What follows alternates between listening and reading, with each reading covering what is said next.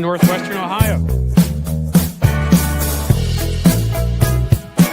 YT. I may have to break that hat out, friend. You hear music and you hear me. Combo. Music's cooler. I swear to God, I'm just going to sit here like a rock. I'm not touching anything.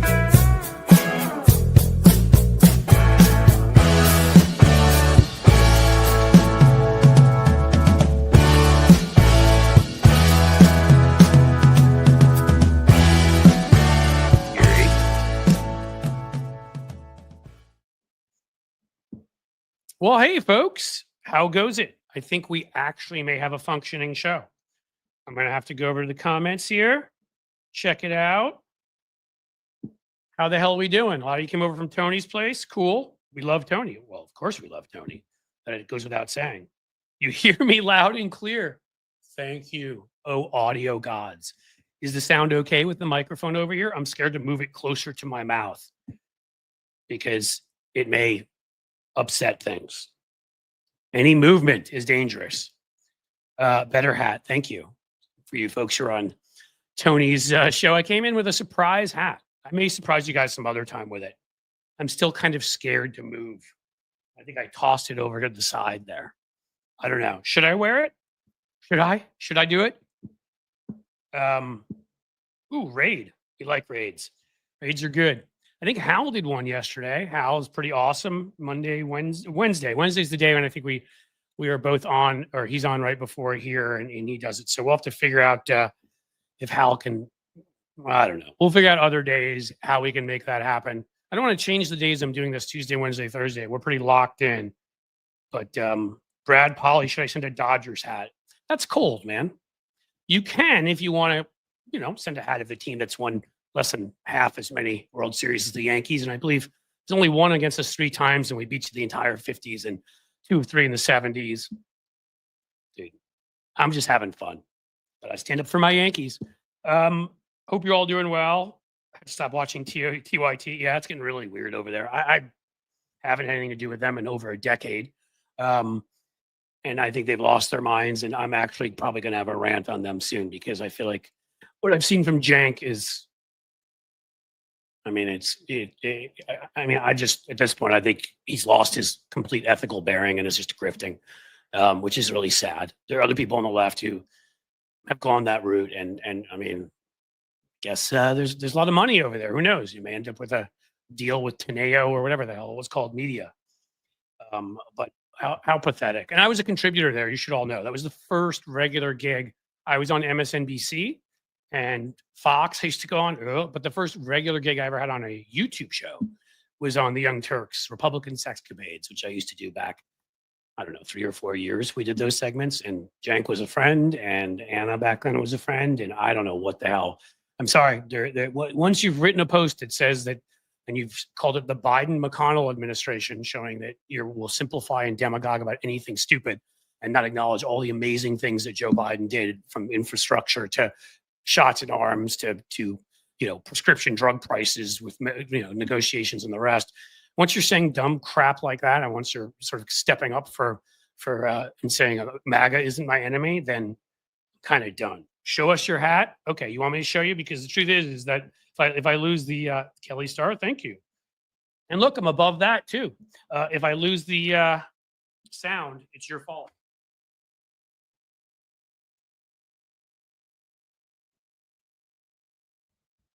Here we are.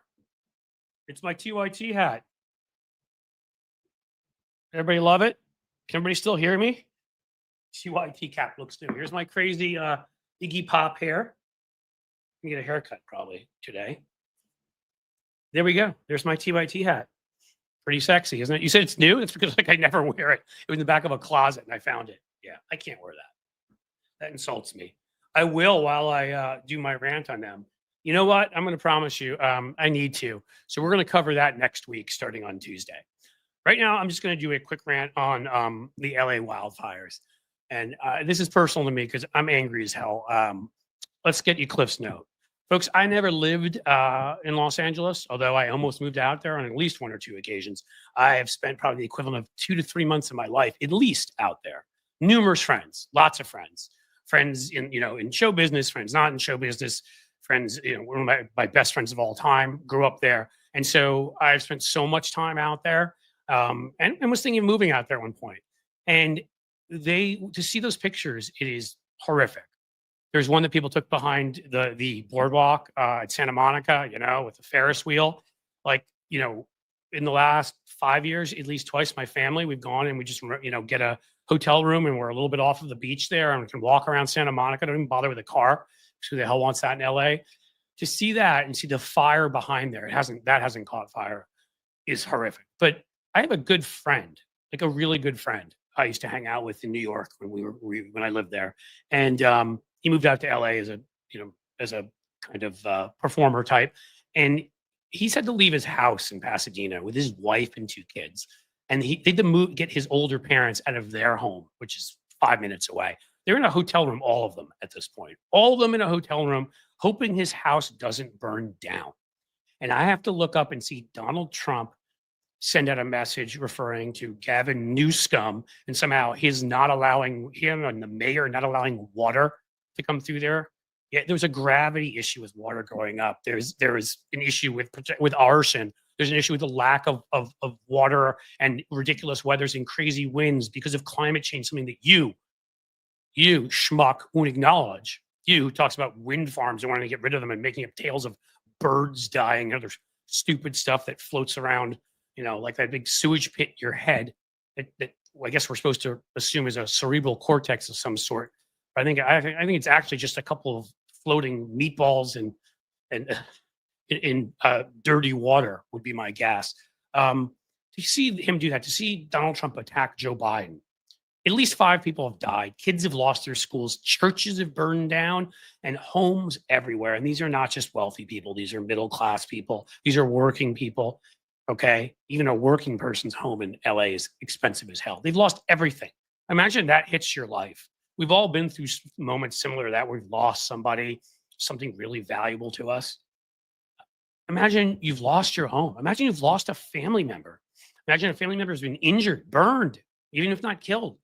And this jackass is sitting there and attacking the governor and the current president who are trying to deal with it. And then joining in everybody's favorite unelected EQ of a lawn chair guy, billionaire Elon Musk, who actually looks like a pile of jello walking with chopsticks trying to make it through life. And we have to hear that low EQ schmuck and IQ. The guy that told everybody on Twitter, like, say nice things to other people. I will try to amplify them. Right after he said to somebody to F themselves in the face for questioning the special visas of high school workers. Elon's good with that. So is Donald, because you see, they're never really against immigration. They just need to attack people who are poor and suffering because they're sick like that, which is why they would attack people who are caught in a fire. Again, like these are the reasons you don't elect children to do an adult's job. You don't elect some sundowning dementia loser who makes up that Hezbollah was part of January 6th, his little attack. You don't elect people like that. And this country was stupid enough to do that. No, the Republican Party and some of its allies were stupid enough to do that. Let's be clear about who it was. And Elon Musk used the most mass disinformation campaign of all time. A guy that needs disinformation, who talks about censorship because he can't tell the truth or say something smart. I mean, he's busy tweeting out the other day that if we had more C-sections, kids would have larger brains. Wow. You're smart, Elon. And people fell for this guy's shtick. Here's Tony Stark. All Tony Stark did was lock himself up and eat pizza for a month and maybe tried to self-lobotomize, perhaps. Yeah, he's also attacked the governor and, done his usual thing where somebody says something outlandish and he just has a little retweet of, yeah. The two dumbest, I would think they were related. The two dumbest, laziest, just most awful human beings that you wouldn't want to spend a moment of your time around. They're despicable. And again, I have a friend sitting in a hotel with family right now who's worrying about whether he'll have a house. There are people out there, all sorts of people, again, I don't know all of them as well, but people have talked about having to abandon their homes, people worried about family members. And he's tweeting and he's attacking. It's like with Greenland and Panama and, Canada, why did you want this again? You people out there, okay, the MAGA losers, they got to dance around the Trump diapers, on some level, right? I get them. They're not hard to get. I mean, they go through life that's different than the rest of us. They go through a life of, cartoons and cereal and, blaming everybody else for their problems. And cereal's good, by the way. I just meant they probably are in their PJs eating it all day, collecting the government benefits that they attack when they're somebody who looks different than them make. Okay, those MAGA losers who go on like Grateful Dead type tours following Trump around, that's your hero. I get where they're coming from. But the business conservatives, this is what you wanted? Because I know some of those folks who voted for him. This loser imbecile, this spray tanned orange freaking fool standing up there and basically embarrassing us in front of the entire world and attacking people in one of our largest cities while they are under attack by a natural disaster. And he will take over soon. He will be president. And we can expect this all the time. And this is what we're going to have to live through 4 years of this chaos and drama. And it's just the stupid, the non-ending stupid, because he can't not be stupid. And now he's got his little boy, Elon Musk, although Elon Musk is probably the real president, going to secretive meetings, having never been elected and deciding our lives. But these two uttering the stupidest things in the world. And basically we have to see it wherever it is. So it's not even the policies are awful. And we haven't gotten to them yet. Like their personalities are awful. Really, their existence is awful. But the fact that we're going to have 4 years of just having to listen to them, see them, hear them, like just nonstop stupid. Thanks for that, business conservatives. Hope it doesn't, the FAFO doesn't reach you. Hope your investments don't crash. Hope you don't pay the price for electing an idiot and an idiot and an idiot little side boy there who walk around and just utter the dumbest things in the world, things that move markets and cause wars. Well done. Well done. And thanks. That's all I have to say. And there's Tony. Yeah, here I am. He probably had more important things to say, and I don't think that was my best written or put together of my rants ever, or monologues, or Cliff's Note, whatever we're calling it today. But you know what? I'm angry. That wasn't why. Why do you think it's not a good one? What happened? So I try to actually put things together where I'm looking up policies and I'm looking up other stuff, and this was just pure. I saw one or two things he wrote, and I talked to my friend in LA, and this was based on pure anger. Right. So maybe it'll still be good. Maybe that'll be enough. But unbelievable is what I have to say, and unbelievable that that we're getting this again. Again, we have to ignore it all. We're going to do our best to. But there are moments where, it's one thing, again, when he says something stupid about Greenland. I mean, it's bad enough that Germany has to come out, and France and others, and make statements that, yes, Article 5 of NATO, which we are a member of, technically, will be used against us if we put any military presence in Greenland, right? And we know he's doing it probably to distract from Putin, and probably also to make it easier for Putin to just say, all right, now I'm saying, let's call for peace, but we get this big chunk of Ukraine is ours. I mean, I'm sure there's reasons he's doing it like that, and his own macho stupidity. But again, when it causes other countries to have to put out statements, it's dangerous. When it causes in LA, when I have a friend who's holed up in a hotel with family, doesn't know if his house is still going to be there, that makes me want to say some things that would get me banned from YouTube. And so it's get banned from YouTube, huh? Oh yeah. Well, I caught the clip of James Wood on CNN, and I find it interesting that even the media is kind of playing this stuff a little bit, where they're letting James Wood go on and cry. Again, when there's people who barely have anything in that area, who are losing everything when they barely have anything, it just it shows you where we are at the state of this country. And it's no wonder, like I said, that Scott Galloway and Joe Scarborough, Mika Brzezinski's, and others are really sweating around the collar. And it ain't because of the fires getting too hot in California. It's because the fire's getting too hot to the truth. That nicely done. Yeah. I've always got some. You're good for a good turn of phrase. I am. No, I'm really good at it. You're right. That's one reason why people come and watch me. Maybe, I don't know. Maybe I'm wrong. Maybe it's my beard. Could be my beard. I thought your beard was kind of sexy. Yeah. Well, that's why I wear it. It makes you look more Semitic. Is that really? No.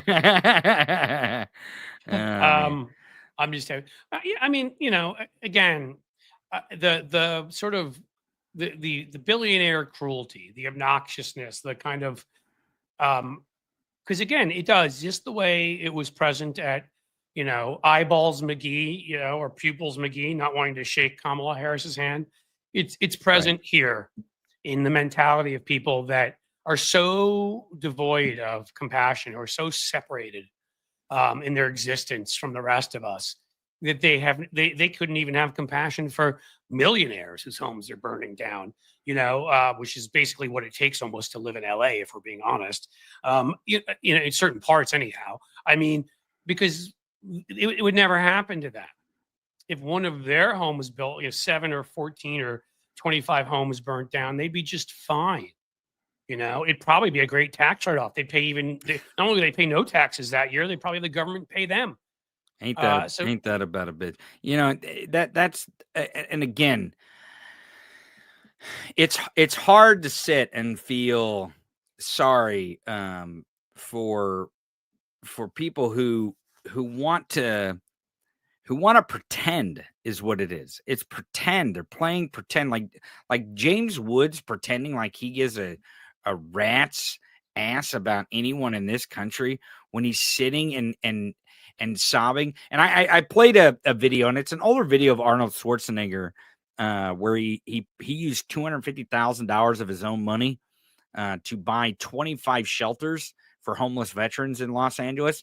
And like Elon Musk and all these billionaires whine and complain about the homeless problem in California. And like, one of the problems in California is all the tech billionaires live there, and they're mad that people who have nothing have to live on the streets because they own everything in California. Yeah.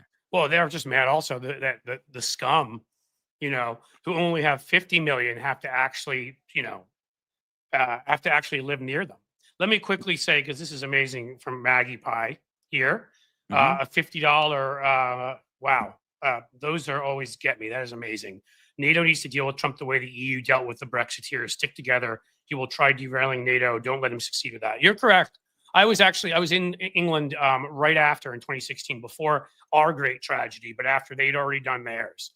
And, the people I knew who understood the implications of what Brexit would do were upset, because they knew that again, it's just like it'd be like adding tariffs on everything, which is essentially what it did. It like cut their trade, the trade to all these tariffs and screwed them economically and put them in a hole and harmed all sorts of people and that kind of thing. And you're right. You're exactly right. The other guys have to form an alliance against us. And they've talked about it, forming a European alliance, that doesn't include America. My guess is they probably in that they may include Canada, although if Canada ends up electing this Poilievre, or however you pronounce his dumb name, then he's a Putinite, I think, pretty much true too. So, I mean, they could end up going that way. France, Germany. I mean, there's worry out there just as to who Putin can interfere with. As I've said, they've got much more ability to block that, because they actually take disinformation seriously and know that it's not speech. But they've fallen prey to this stuff too. But I would say Europe really, if they can, the large majority of them, and I'll thank Holly Fafo, always good. Hey, y'all, don't forget to like and subscribe. Please do like and subscribe. I'm going to share the Patreon with you in a little bit. It's up. The new levels are up. The new benefits are up. I kept promising it to you, and it kept not happening. And damn it, I got it done. And there'll be a note to YouTube subscribers. They'll be sent tomorrow about the changing levels there and everything and whatever. And you'll get exactly what the people at Patreon got. in terms of a notice, but it's going to be a little different, the two places, and you'll see in what I tell you all. Once I've sent everybody a note, I'll talk more about it. But I've said that I see Patreon as the main hub because I don't trust multinational faceless corporations, and that's essentially what Google, who owns YouTube, is now. And they've demonetized me numerous times and suspended me before for debunking election conspiracies because their AI read me as actually sharing them, and I'm exhausted by the So I'm still going to be here, and I'm going to be doing my live stream from here, and all my videos are going to go up here. I mean, YouTube is in this world the only good place to house everything because they are a monopoly. But I'm going to try to have some other places for some good stuff too. So to get back to where we were, which is again, the billionaires, the people like that whining and crying about their situation, the James Woodses of the world. I don't know. For all I know, he doesn't have a ton of money because he seems like a moron, and people haven't want to cast him in movies in recent years because everybody has always said that he's an asshole and they don't want anything to do with him. Like, in real life, he's a horrible person, has been, got accused of harassing women, tried to deny it. I mean, the woman, she came out and said it when she was underage. He did this. But then, of course, he naturally joined MAGA because, again, MAGA is flypaper for the worst human beings alive with the 7 deadly sins and the 4 horses of the apocalypse and everything else. If you're a horrible human being devoid of any positive qualities, you'll find MAGA attractive. It's spite. It's a movement of pure spite. And so Woods is maybe too stupid to hold on to his money. He certainly made enough money over those years when he was being cast in movies as a villain and just playing himself, where he should be a multimillionaire, but I don't know what his situation is. So maybe he's too stupid to actually put money in the bank. I don't know. Maybe put it all in crypto, man. Maybe he put it all in crypto. Well, that could be. As we say, Tony, some of us love crypto. Do we? Is that what we say? No, we don't. That's not what I say. I feel like my brain, it was like Giuliani started to leak on my face there, just putting that hat on. Yeah. So again, everything, folks, we're going to keep focused because mainstream media does not. They're a joke, corporate media. But Tony and I and others, we're going to keep focused. We're going to keep everybody's eyes on the narrative here. And the narrative is once again, Elon Musk, through his stupid Doge agency, would come in and want to cut the funding for California wildfires. Marjorie Taylor Greene would say it's a good thing or a bad thing, but Jewish lasers started it. So what are we going to do about it? She blamed the last wildfires on that. That was her conspiracy theory. Not the last one, but one of the other. And Donald Trump would say, as he did last time around, they didn't vote for me, so I don't want to give them aid. That is the billionaire mentality. Conspiracy, cruelty, stupidity. And you've got it right in those 3 idiots right there. And that their mentality pervades the Republican Party, much of our society, where people have come to just, if you're less fortunate, I mean, it's amazing. And it's amazing that they can't see that it could be them. Right? I mean, the people that are attracted to MAGA that don't have all of that money, who couldn't have the helicopter come lift them out if their house were on fire. Guess what? If all that funding, because when it happens, it's like a hurricane that hits Florida or South Carolina, man, do they come asking for aid really quickly? Ooh, amazing how that socialism is fantastic then. I got something I said the other day. I said it's time to focus on the real issues because the people in power sure the hell won't do it for us. And that kind of goes along with what you're saying. They're not gonna.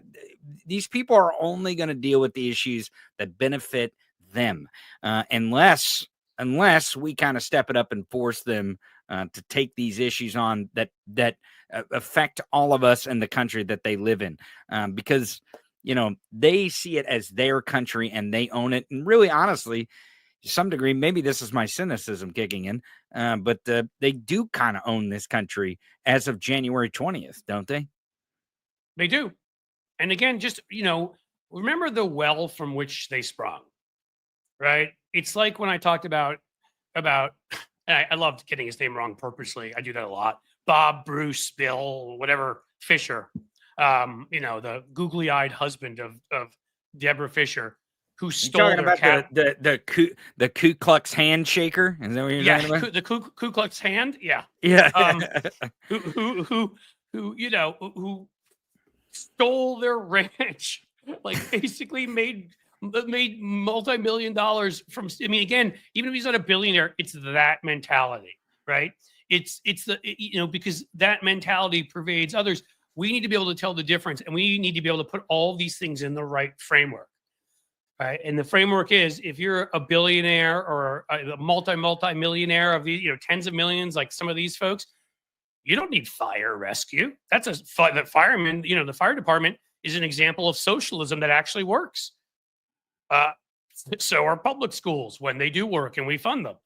They want to get rid of all of these things. They don't, they'd hire their own, if it was their house, they would just hire their own private fire force of underpaid workers, right? They probably would find the immigrants that they say they want to kick out to pay 50 cents an hour to risk their lives and put out a fire for them. Because again, none of us, like I said about what's his face there, about Google Eyes McGee, they're better than we are. In the way that he wouldn't look at Kamala Harris, because how would you look at Kamala Harris? The way that Donald Trump's dad wouldn't rent their places they put C on there, which stood for colored, because you were black and they wouldn't rent you. The way Elon Musk's beliefs were formed in apartheid South Africa, where his parents made their fortune. Gee, must have been tough to compete there. Have you heard of Keith? Have you heard of Keith Wasserman? He's a rich guy, apparently in California. I'm not sure. Okay, maybe. So they were torching him, no pun intended, on Twitter because the guy tweeted this. Let me read his tweet here. Keith Wasserman, he's some rich dude in California being affected by the fires. He tweeted this, and this was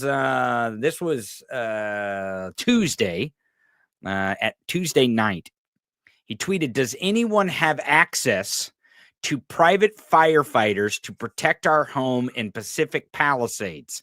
Need to act fast here. All neighbors' houses burning. Will pay any amount. Thank you." He tweeted that out into the world. And my guess is then he wouldn't pay you after it was over. Or he'd do what Trump did and be like, here's 50 cents on the dollar for all the people that built the Taj Mahal. Again, if you don't see that as the predatory class, call them what you will. And again, they may not all be billionaires, but it is the billionaire oligarch mentality. There's the wannabes, right? Who just are like their little side pieces that kiss up to them, that think they'll be like them. And sometimes they're right. Excuse me. Sometimes they get access, right? I mean, that's what J.D. Vance, who was not poor, but was like maybe middle class. That's what. Do you see that screen? Do you see that screen down there? No, am I in two windows? No, I again? did that. Click that. Yeah. Click that thing and push add. Click that thing and push add. Look at that. There's the tweet from Keith Wasserman. There it is. Does anyone have access to a private firefighters? Like, this guy's like, hey, I'm super rich. I can afford to take away firefighters from the peasants to come throw buckets of water on my mansion. Like, holy, and the guy doesn't even know what public safety is. It doesn't understand why tax dollars are important to communities. He only understands one thing and one thing only. I have all the money. I have it all. And if you're not giving it to me, then I'm whining, bitching, and moaning. And here he is. It's just insanity. And if you want to remove it, all you got to do is click remove. Right. Just the usual for, yeah. Yeah. And again, you have to understand, like, think about Brazil or, I'll never forget. And he ended up being, let's call him, too moderate a Democrat for my taste in a bunch of ways, and was too friendly with Republicans. But I will never forget, because he was the mayor of Philly when I was in college there, Ed Rendell, if you remember. I ended up being the governor of Pennsylvania, saying that if the Republicans got their way eventually, we would look like, at that point, most Latin American countries looked, where you'd have gated, like barbed wired areas, country clubs, homes, and the wealthy would go between them in armored cars or helicopters, right? Brazil was really bad this way 20 years ago, 30 beyond that. And I think there's some of that in there. I haven't been there, so I can't speak as intelligently on it. But there's still some of that where we're like, that's what they want to turn this into. People really need to look at what like fascist dictatorships that have become monopoly states and oligarch states. You have to look at what they look like when all the regular people are so destitute that they can't even be among regular people. You think what happened with that healthcare CEO? That's the way it is everywhere, because 95% of the population doesn't have the food to eat, the money to spend on anything. So this is what happens. That's the way the Wasserman guy and people like that, people like David Sachs and Elon Musk. I mean, we talk about they want to crash the economy so they can have their little dream of crypto take over and be the currency everybody uses. Do we not think at this point that, and I know I've seen some examples and I wish I brought them with me, that they're not invested in climate change too? It causes migration crises.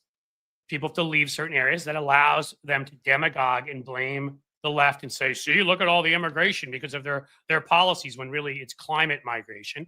It also allows them to invent what the solutions are.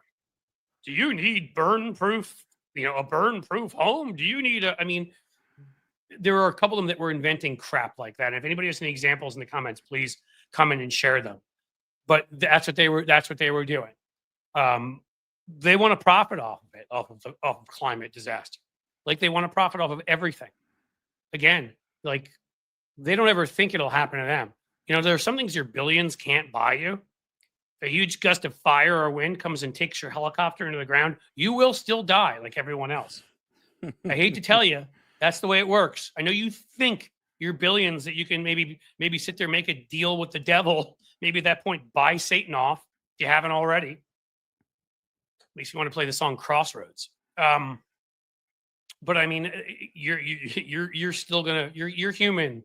Well, you're not really human. Certainly not in any form that I recognize. But you are in the way that you're made of flesh and blood, and that burns and that blows up and crashes. And you think you guys all think you're nothing can happen to you. Well, again, something happened to that healthcare CEO. You're alive like the rest of us, and they want to make it worse. They want it to be that situation. So that's what Wasserman. That's the way he sees the future. Private fire forces for those who can hire them to come in. All schools are privatized. When we go back to like Little House on the Prairie, pre that, if you don't have the money to send your kids to school, I hate to tell you, better be good at homeschooling while you're working. Well, yeah, they want privatized schools for them. They want privatized firefighters for them. They want privatized security for them. They don't want to pay for any public services for anyone else.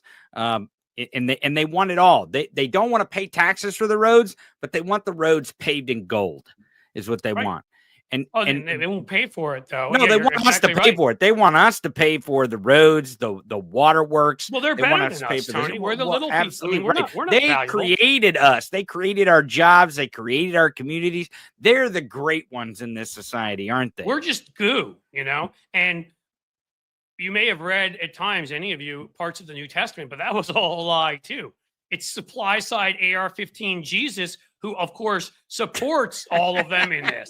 That's why Joel Osteen. Go back. What did you say? Say that again. Supply side AR-15 Jesus. Who supports all of them. That's the kind of Jesus they like, man. They like that. They don't like the gay brown dude with long hair and a dress, right? And the sandals, walking around with his helping lepers, washing the feet of the poor, right? Calling on, saying it's easier for a camel to fit through the eye of a needle than a rich person to get into heaven. Right. They don't like that Jesus. They don't like Samaritan that helping somebody on the road who you could call, an immigrant. No, that doesn't exist. They've got buffed up supply side, AR-15 Jesus there with his gun and his big wad of cash. I like what Jesse James says. Jesse James in the chat says Peckerwood Jesus. Exactly. That's perfect. Peckerwood Jesus. Someone meme that, please. I mean, Peckerwood somebody Jesus. Please do that. And if somebody will meme, I'll pay you if you can meme my little AR, the supply side AR-15 Jesus. That's great. If you could put that with me and an image of him and my name under it, somebody knows how to do that. I would love to have get that it out there. Let's get it out there on the internet. Because here's the thing, and John Fugel saying, who's very smart at this stuff, said it when he did the interview here. Firefighters, let's just say this quickly, by ET, firefighters in the cities used to be private companies that used to purchase fire protection from. They want that again. Absolutely right. Thank you for the $5 super chat. You are absolutely right. And that's the thing. And again, so this is why we need to stay focused, because even when it's these things that you think have no relationship to money, Tony found you that quote from Wasserman guy. I can explain to you why they want to cut government funding for it and why the firefighters are bad, because it's socialism that works. Again, they don't want any of this. They don't believe in democracy. Peter Thiel has said it. You have to choose between capitalism and democracy. He chooses capitalism. The reason they all love Greenland, and one of the reasons Trump won't shut up about it, I just read about it. They want to create a cyber state that would be housed in Greenland. The Broligarchs. Go read about it. Seriously, they're all in on this. And what do you think the currency would be in that cyber state? Gee, it could be crypto. And they'd give up their American citizenship. I mean, this is all real stuff. I know this sounds like a cartoon because it should be. They are cartoons, though. They are cartoons. That's the Broligarchs are our ruling class. Like Mark Zuckerberg, who came into Threads and was like saying to people, "Oh, if you want a virtue signal and leave Threads," I'm barely ever there. I post videos there, and I'm about to stop doing that. I think I will close down and have nothing to do with the Zuckerberg. But he's like, "If you want a virtue signal," I'm like, "Oh, really, asshole?" So by showing that I have virtues, that things I believe in, that's signaling to you. That's the sign of a sociopath. You would say that because you don't get what it's like to have any virtue other than stuffing your pockets with money.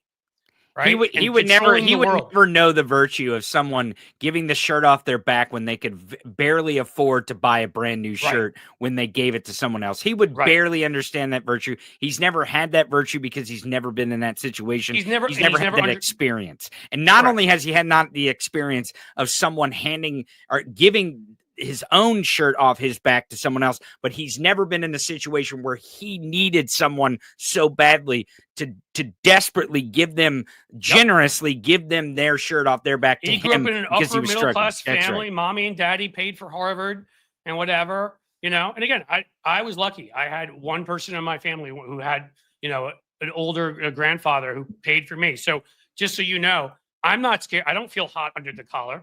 I'm nothing like, I'm not, like these guys, but yeah, I came from a middle to somewhere between a middle and upper middle class family. And I'm not ashamed to say it because I didn't have the money that I saw of some of the folks that around me, but like, I know the difference. I know how lucky I was that I never worried about food or worried if I could go to the doctor. I knew college was going to be covered. I know that most people don't have that, but someone like Mark Zuckerberg, who came from similar circumstances, probably better than me, but maybe was only similar to me. Well, it doesn't matter. Mommy and daddy paid for Harvard. Mommy and daddy set him up. And so he didn't need to take care of anybody else after that. His decision was the polar opposite of mine. Well, they're ladder pullers. They're ladder pullers like that.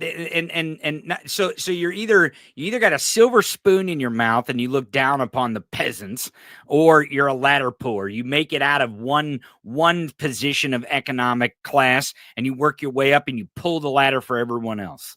Right. I also wanted to show, unlike Elon Musk and others who say, I don't believe in censorship, blah, blah, blah, and then somebody criticizes them and they hide it. I'll show somebody criticizing me. So Quesadilla here, I'll thank you for the $5 super chat. Says, your complaints of Elon would carry more weight if you weren't on Twitter feeding his platform. There's some truth to that. And I'll actually tell you the honest to God truth about where I am with Twitter. The reason I'm still on this platform, and I've decided while I'm still there, I've kept live streaming there. So first of all, I don't engage almost ever. Somebody asked me a question I here and there, and they need help with something I have. But I've engaged almost not at all. When I've gone there, I go there maybe once a day. I've put videos up there, and I've kept live streaming there. I don't do anything else there. So I've cut my engagement by about 90%, and that may not be good enough for you. That's okay. You have the right to criticize me. But what I've tried to do 2 or 3 times is to download my data, and it's stopped in the middle. Because my actual plan is to download the data, erase all of my tweets, and lock down my account. And then I will no longer be feeding Elon at all. I'm still, as I said, 90% less feeding Elon. And if you think that's not good enough, that's okay. But I am not there anymore for discussions with people. I don't tweet anything else out. Go check my timeline there. See if I've tweeted anything else out except for I may have a few things where people asked me a favor from, and said, can you do this for me? Whatever. And I was doing it to be nice. But otherwise, I've tweeted out no original thoughts for me, nothing else like that. It's just been videos. And it's just been the live stream. And I figured while I was still stuck there, I might as well use it to my benefit. So I want to say something. I want to say something on this one. Yeah, I'll just finish up. If you want to criticize me for that, fine. But so you know what my plan is, and it may take a week, may take a day, may take a month. It is to, when I have my data from there, it is to lock the account, erase everything, and then I will no longer be streaming there, and I will no longer put everything up. I'm not going to close my account because then somebody can grab my name, and I'm not like some big famous star, but I've got enough, people who know who I am, enough of a name and whatever, that I'm not going to allow someone to pretend they're me and say all sorts of terrible things. So I am going to keep the account. It'll be locked down. It'll have no engagement.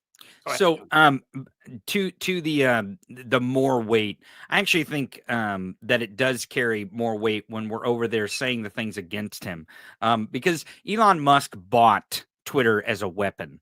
And this is the last thing I got to say, because I got to go pick up a kid from public education, because us poor send our kids to do it while you can, because that they'll be on to defunding. I mean, they're already on to defunding that. Right. I mean, exactly.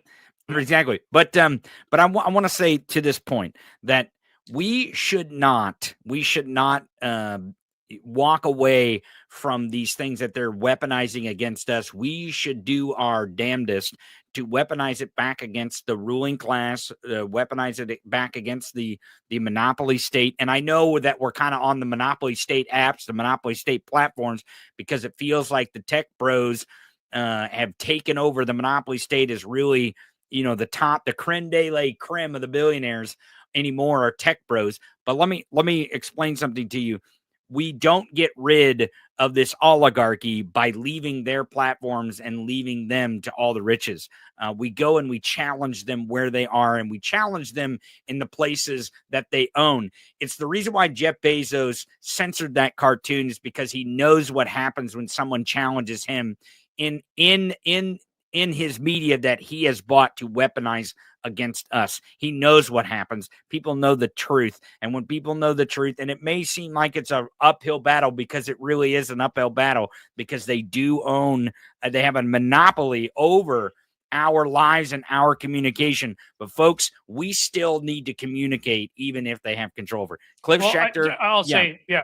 Well, quickly. And again, Tony and I think have a bit of a disagreement. I mean, not only in that, I agree 100% with that. I think the way he can control an algorithm, like if you go on Fox, I guess they can cut your mic or not put you on camera as much. I mean, there are ways they can do that. But if you go on there, he can use his algorithm so that almost nobody is seeing what you're putting on. That's what my problem is. Actually, otherwise I would stay to fight it out.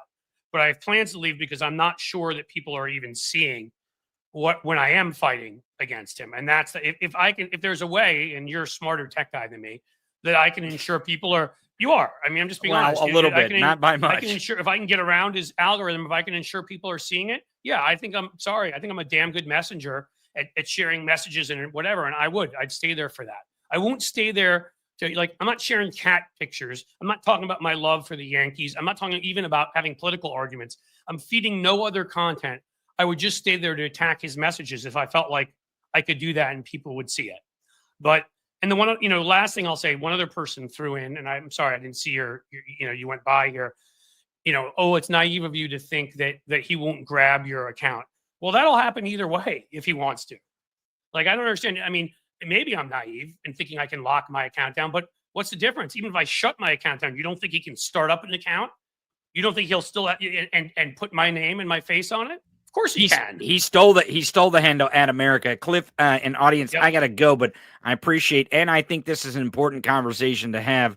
And I appreciate, again, audience, it is important that we have this conversation, because these are things that we are going to have to get out there in the open, and people are going to have these discussions. And the reason why is because they need to hear us, that we know that they own our communication and that we're watching them. So everyone in Cliff, Tony, yeah. Great. No, this is a really good. Thanks for joining. Yeah, no problem. I've told folks I will be, this will be replayed later and tomorrow, but also this interview will be cut out and will be a video on my channel because Awesome. The one, best interview. I yeah, mean, yeah. you're on fire today, dude. Oh, am I? Oh, Okay. fuck. I can't believe I just said that. Well, I'm not where I need to be on fire. So The one moment where I didn't want my mic to work. And right, it worked. Exactly. Well, it happens that way sometimes. Cliff, I honestly, folks, Cliff, get your foot out of your mouth. Get your foot out of your mouth, and continue the show. Audience, stick around for more Foot in the Mouth with Cliff Schechter. I'm out of here. Foot in the mouth. That's the name of my show. Foot in the mouth. Mic off. Cliff Schechter. Take care, buddy. All right, we'll see you. Yeah, I am deeply, deeply sorry about that. I mean, I have to believe anybody who knows me and knows I come in good faith has to know that was a mistake, and I would never. And listen to what I just say at the beginning of this. I love Los Angeles, one of my favorite cities. So, and a lot of people I love are there. So, no fire jokes. No. Trump 2028 from Brian Jones. Yeah. I mean, Brian, if you are kind of dumb and don't believe in the Constitution and are sitting in mommy's basement playing with your junk while one of those pictures from that weirdo painter is up on the wall that makes Trump look like he doesn't have man boobs, but has actually worked out at some point in the last 67 years and, doesn't eat hamburgers all day while trying to hold himself back from reaching that while watching Fox and Friends. Sure, buddy. I hope you've enjoyed being here, though. And you really hurt our feelings. Thanks for giving me the extra number here. Maybe if they keep me monetized, I'll make a little bit more off of you from advertising. So it's not just Elon Musk. I do. This is a tough conversation. And again, that's the conclusion I came to when it came to Twitter. I'm willing, I'm open-minded to other people. Some people have left completely and done whatever. But as far as troll got bounced, thank you for letting me know, Cynthia. But as far as Dementia Trump 2025 from Jay Solomon, yes. But as far as I'm concerned, what I don't like is mass thinking. And we can fall into that on the left too. Everybody who says this must be the way. Everybody who says that, there are things we obviously know are right or wrong. And I'm sorry, sometimes you just know them. As Potter Stewart, the justice, who's from Cincinnati, by the way, put on by Eisenhower when Republicans were good, as he said about, let's say it rhymes with pornography or corn, because they'll demonetize me here. Again, that's why we're going to be doing a lot more stuff on Patreon too. He said, I know it when I see it. Well, with some of these things, I don't think it's the easiest thing in the world. There are some places that are worth engaging, like Truth Social, if I could go there to troll them, but I haven't decided that that's a place worth engaging. Twitter, I've come to the conclusion that I don't think it's worth engaging anymore, except for if I'm stuck on there, if I haven't been able to get my data yet, I decide I might as well benefit while I'm there. So that's why I decided to keep live streaming there and putting pictures up. Think of that what you will, Again, if you know me, you know that I'm telling you the truth because you know that I do come in good faith and you know that I'm honest about what my reasoning is. Now, I can be wrong. I can be stupid about plenty of stuff. Hell, I can't work a mic half the time, and that's generous. But that is a conclusion I came to. I can be persuaded that I should pull everything from there right now, even before I get my data. I can be persuaded by Tony, although I haven't been yet, that we should, that we should stay there to fight. Though I don't see the purpose in doing that long term because I don't see that the algorithm allows me to have that opportunity to fight effectively. But I may be persuaded in any direction. And all I'll promise you folks is that when I do, this is a community here. I'll listen to your criticisms. I'll make a decision, as you should listen to mine and other people's, and make a decision what's best for you, and then do it. But, the thinking that everything is put one way, that there's one truth for all of us, in a lot of ways, there are not. There are simple truths. Bigotry is wrong. We all are created equal. We all should have an opportunity in this country to make enough money to live a full life and have the best health insurance possible and take great vacations and raise a family. I won't accept anything less than that. I won't accept any bigotry. But there are things that people call bigotry that isn't. and sometimes you know it if you see it. And there are things, and we've debated some of them in the past or just discussed them, right? But, and it's the same thing with something like this. I don't think there's an easy answer because I do know some people that are staying on Twitter and fighting the fight. And there are some people with huge accounts. Now, what I've always believed, if it's a fair fight or anything close to that, in 2004, I told everybody here, I was paid by Sinclair Media. And, why they hired me as the liberal analyst. Guess what, folks? Like, I went on there, and I'm sorry, again, to toot my own horn, I beat the crap out of both the guest who was on the right and who's being paid 5 times as much as me, even though I was paid better than most liberal outlets have ever paid me, which is nothing. And I would beat up on the host who was right wing. And I think I can say that. If I can go back and locate those old ones that are on like a CD-ROM or something from 2004, I'll show them to you. I was never some patsy on there because I felt like even if they didn't give me a fair fight, I could kick their butts. So yeah, if you think you can go into their spaces and take them on and you have a fighting chance, I do think that's worth it. I really do. I'm just not sure the algorithm that Elon can employ makes it so I can do that. But that's the longer version. We'll see. I'll figure it out. What I want to do, what I should do. But I don't know. That is my plan for right now. And again, if you go to my account, you'll see besides these videos and the live streams, which actually help lift up our community, helps lift up my live stream here and my videos. So my YouTube, which is above 100,000 right now until the next time they decide to purge people, we'll see, so that I can grow on that platform.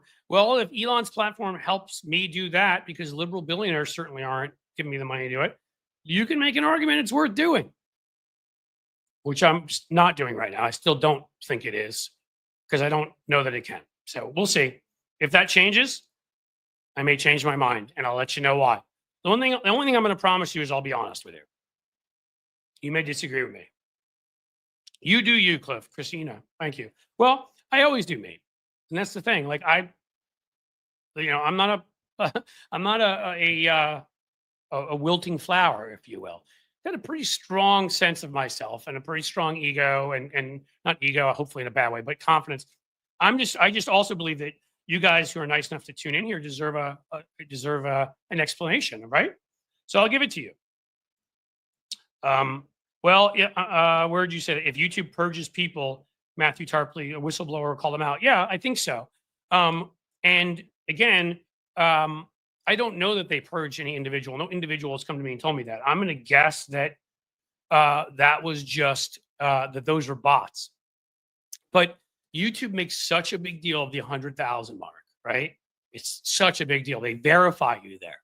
They allow you to sell merch from their site there, which makes it easier, which, by the way, I still don't think I'm going to do because I'm going to do it from Patreon. I don't want to give them that power or somewhere else.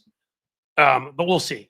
I haven't decided yet. And that silver button, which I don't even feel like ordering anymore, but I'm going to because screw them if I stay above 100,000.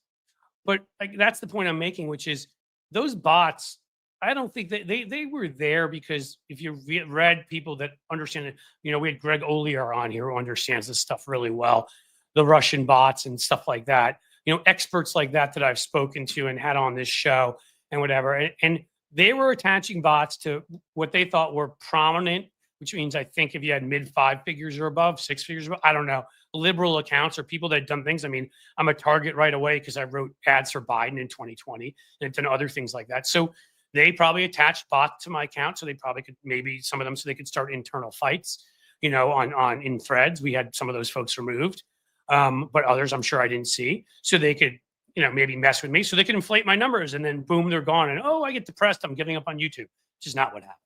There's all sorts of ways they try to manipulate you psychologically. And if I would do, so I'm guessing they did it during the election. All right. I don't think it was right before I got to 100,000. I didn't just shoot up suddenly. So my point to you is, if YouTube makes such a big deal about this 100,000 number, why didn't they do it when I was at 85 or 65 or 97 even?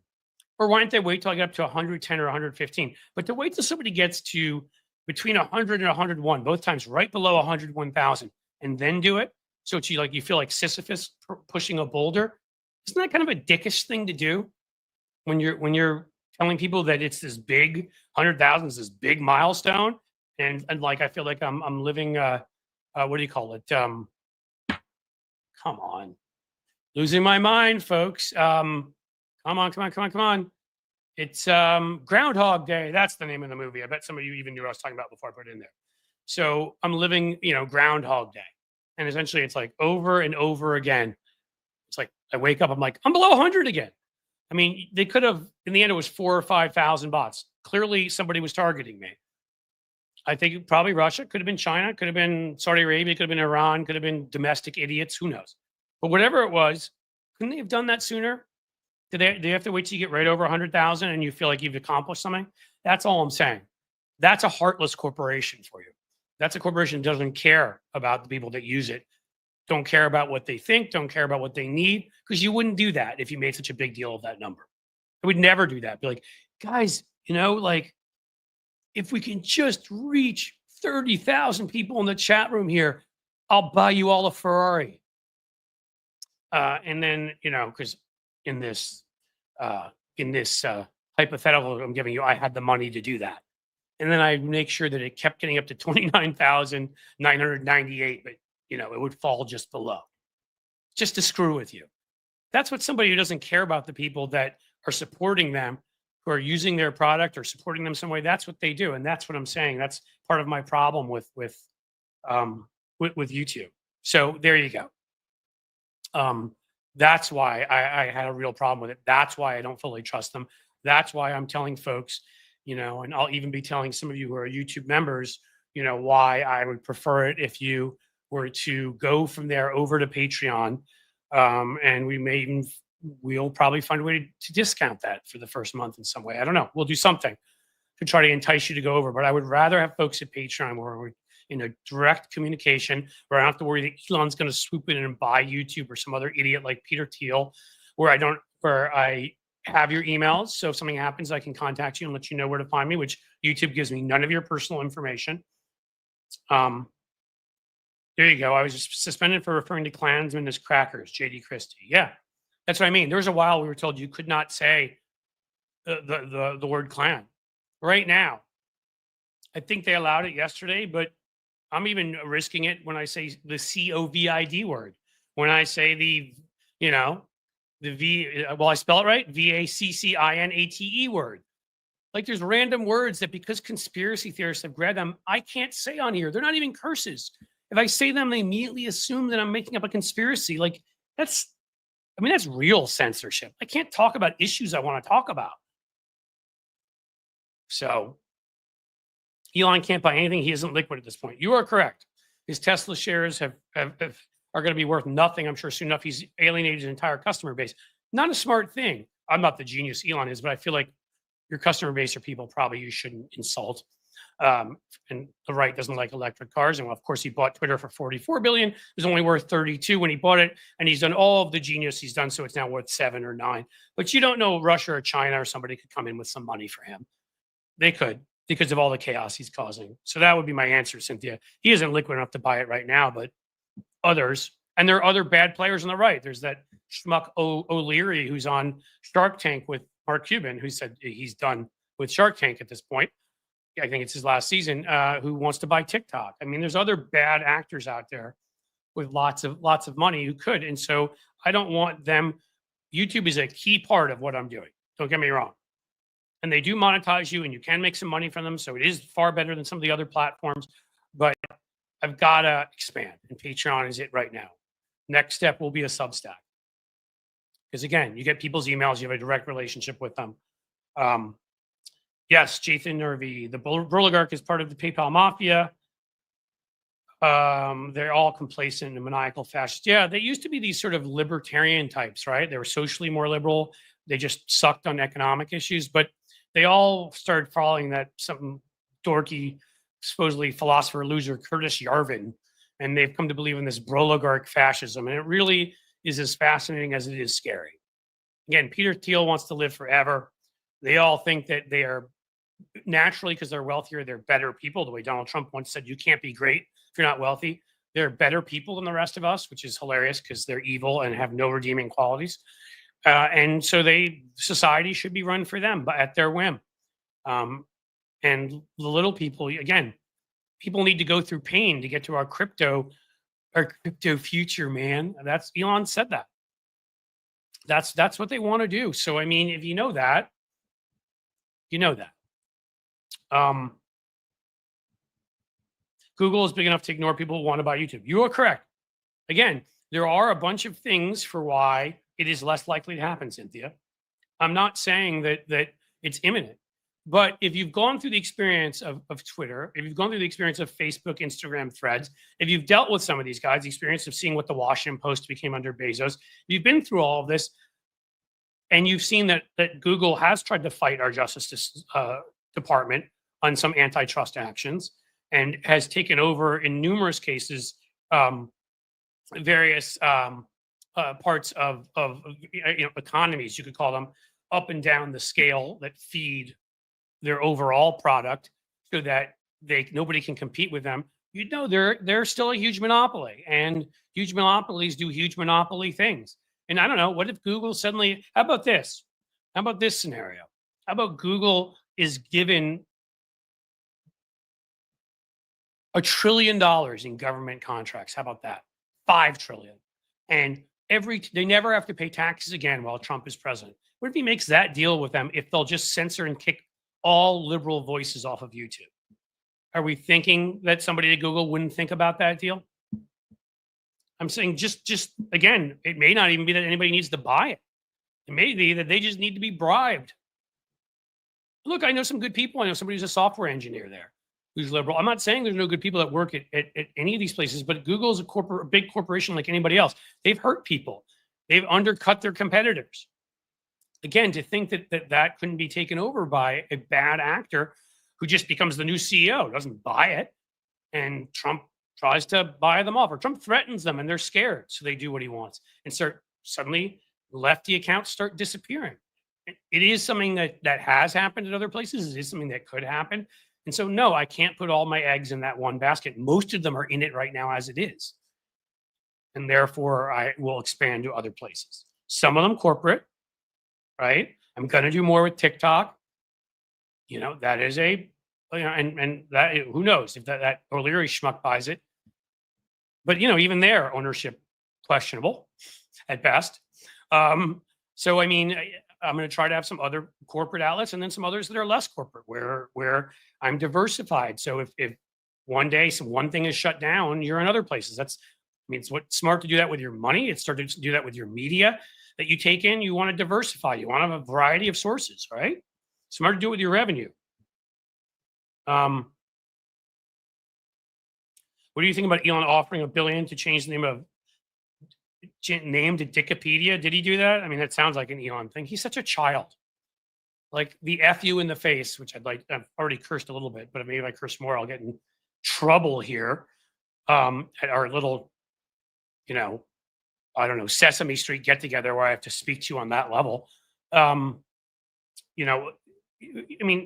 Just the guy telling people he's going to promote nicer posts after when people question the H-1B visa, saying, F you in the face. Who responds like that? Or the guy saying that Elon was the biggest spreader of disinformation. His simple response is, F you. I'll say the word that rhymes with it, petard. I mean, he's a child like Trump, right? I mean, this is the way children, calling Gavin Newsom, this is the way children react to things, not adults. I mean, yeah, I do some name calling and whatever in my monologues, and even after them, I at least try to make it creative for you.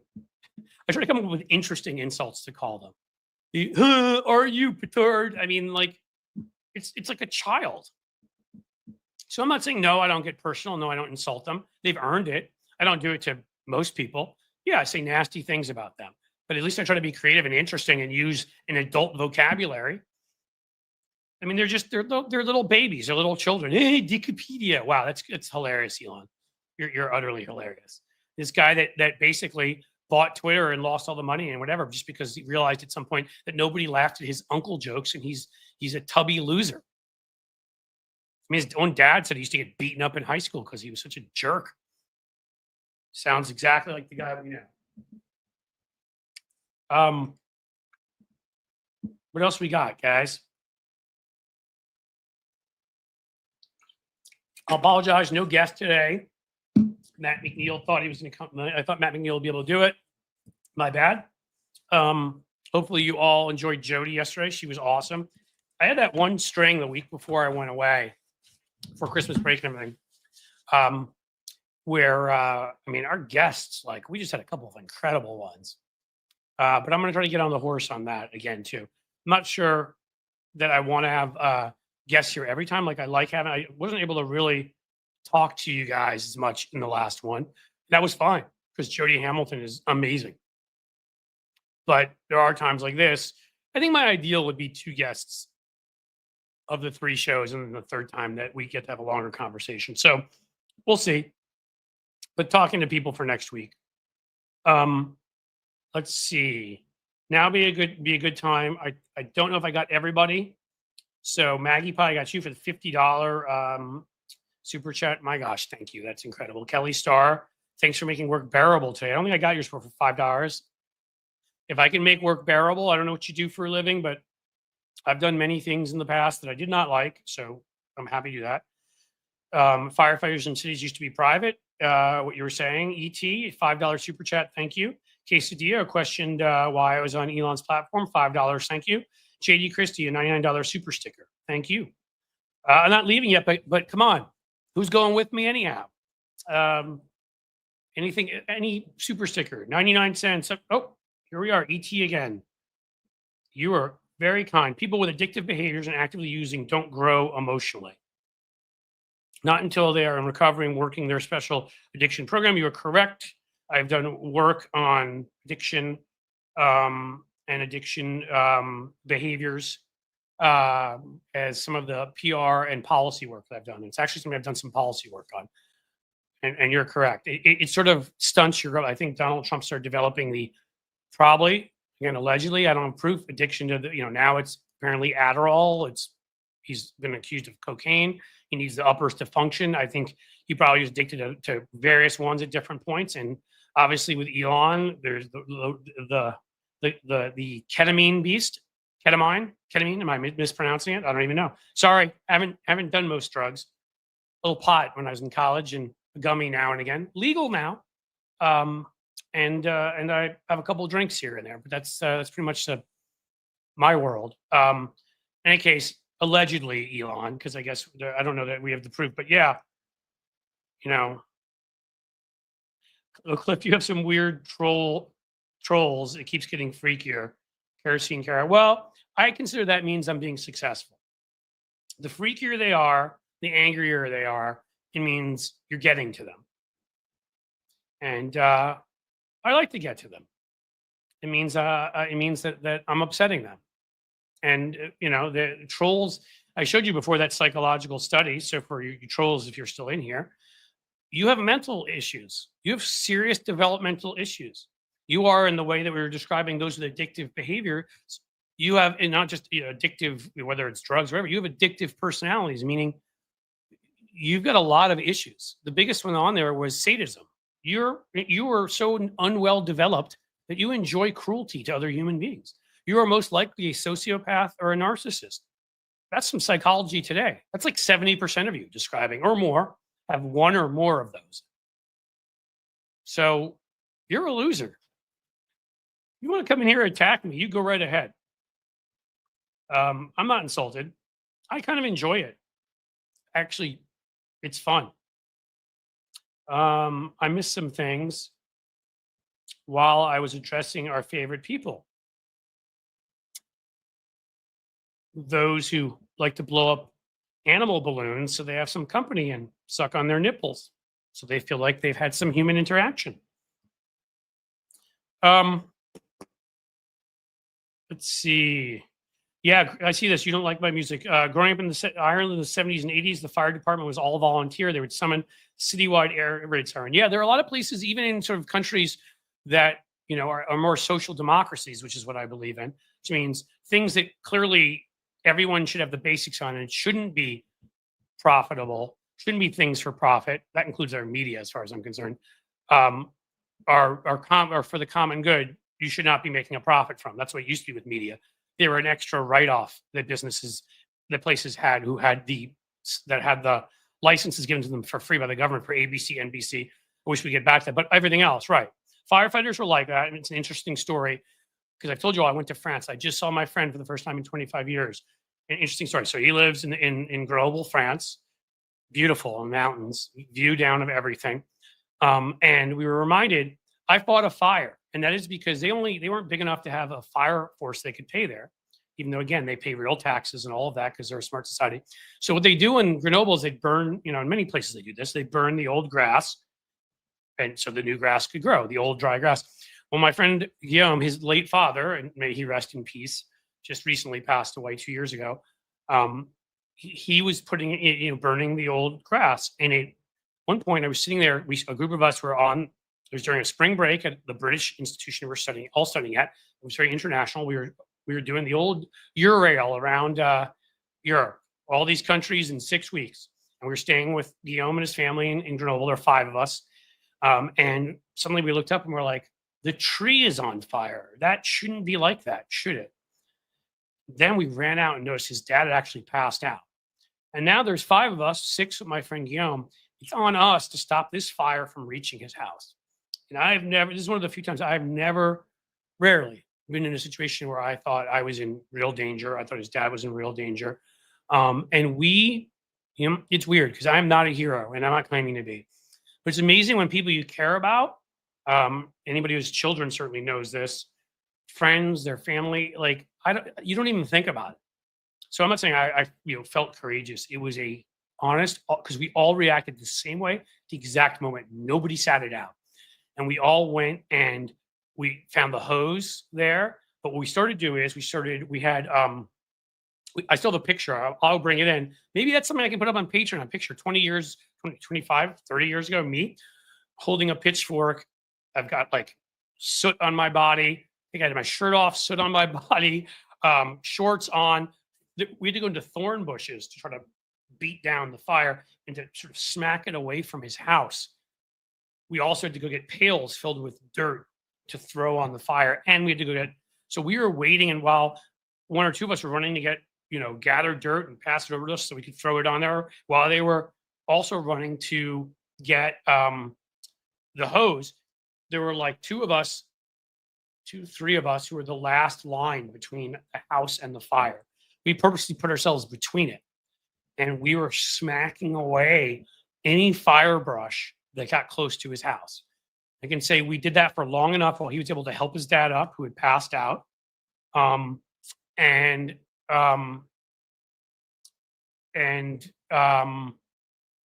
dad was okay, thank God. And we, were able to keep this at bay long enough till the volunteer fire department got there. Now, they couldn't afford there to have a paid fire department, but they would if they could, I promise you, and we should. And it ended up turning into probably one of the coolest stories of my life, only because everybody came out okay. The house came out okay. We were able to, this friend who's done so much for me in life, just seeing him again recently, I've given these 2 friends and spending time with my family and friends are bringing me back from, pre going away and pre-holidays, the funk I was in after the election and certain other things going on, that we could do this for him. I'd do anything for him. He's such an amazing guy. So I hope you're watching right now in France, Guillaume, because I know you've watched once or twice before. That was a moment.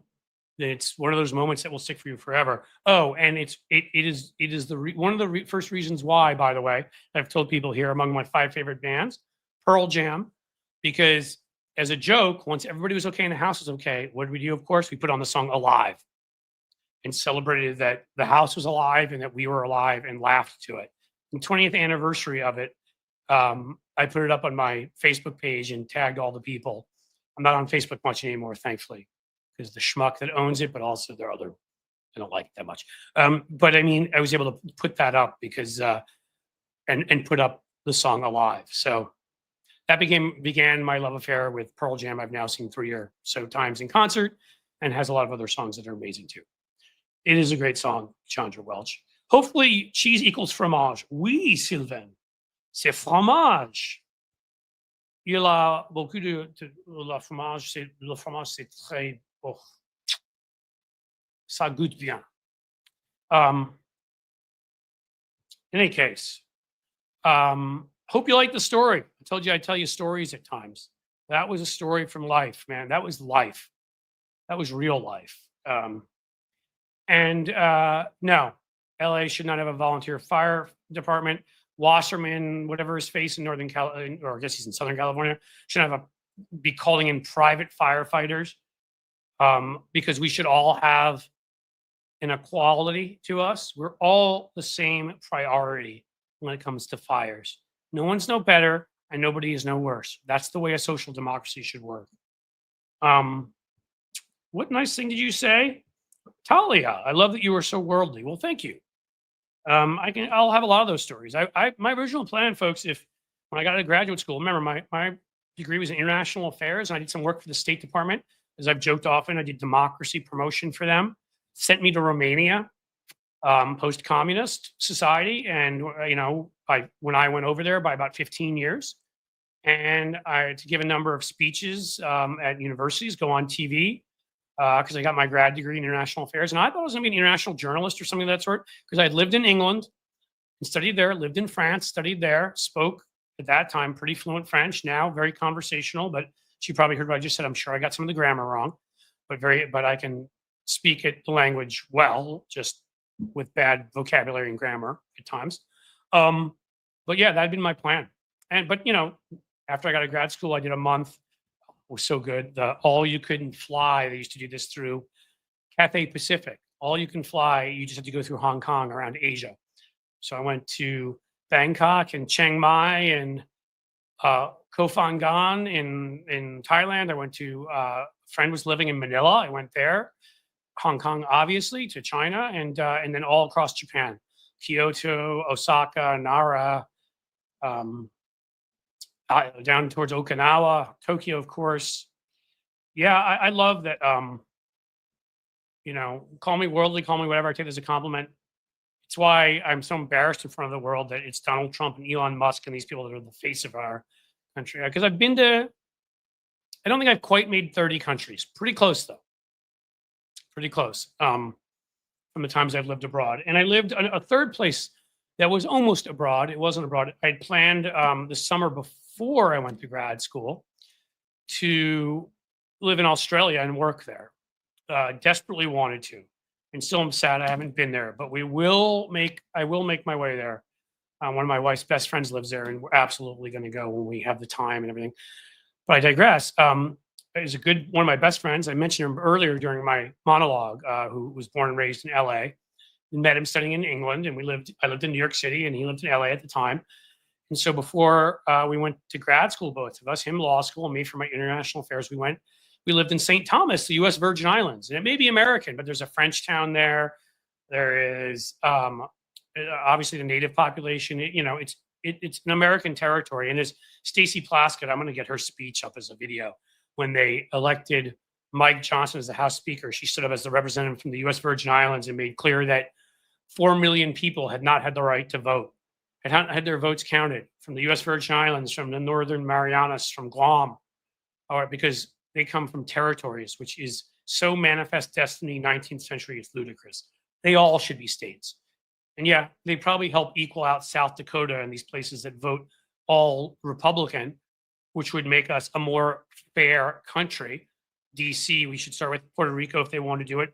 But those should be the two that are definite. But if we think that some of the other populations are too small, combine the populations of Guam and Marianas and a few of them, at least there are some common interests they share. It'd be over 1 million people, which are, if you combine them, I'm pretty sure. And maybe over 1 million people. And that would equal more than South Dakota and more than Wyoming. So, and those are right-wing Republican states that each get 2 senators. We should at least have 3 places from which we get 2 senators each, those places. In any case, Stacey Plaskett stood up to make that point. I lived in the U.S. Virgin Islands, St. Thomas, for the summer. It's amazing. Went boating to a different island on weekends. My friend got the fun job at he was waiting tables at a restaurant and bartending. I don't know if you want to call it the fun job. I got a job at a law firm which is ironic because he was going to law school because they needed someone who was a writer. And so I wasn't doing legal stuff. I was writing up their briefs for them and everything because a background as a writer, I could write stuff pretty quickly. And loved it. And we lived purposely in a gay-owned hotel, which, by the way, was the most fun ever. These guys, I'm sorry if this is stereotypical, but the place was decorated more beautiful than anything I could ever do. And it was nice when like the guys there told me they thought I was cute. I took that as a compliment, by the way.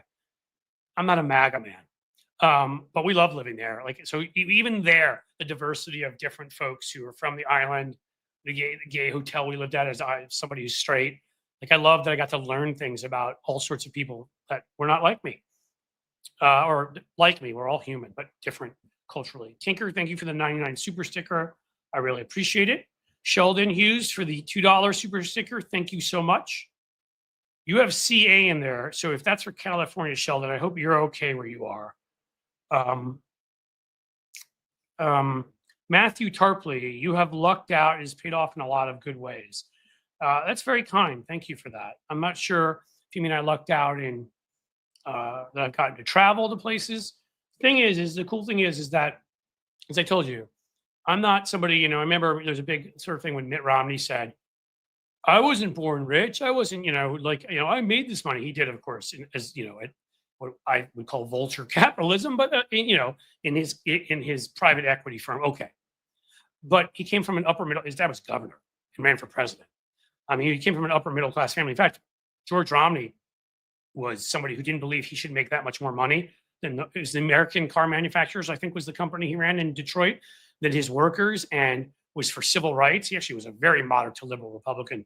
Mitt, maybe a center-right Republican, but should have been closer to his dad. So Biden gave him the medal of the congressional, not the congressional, the presidential medal. He deserved it.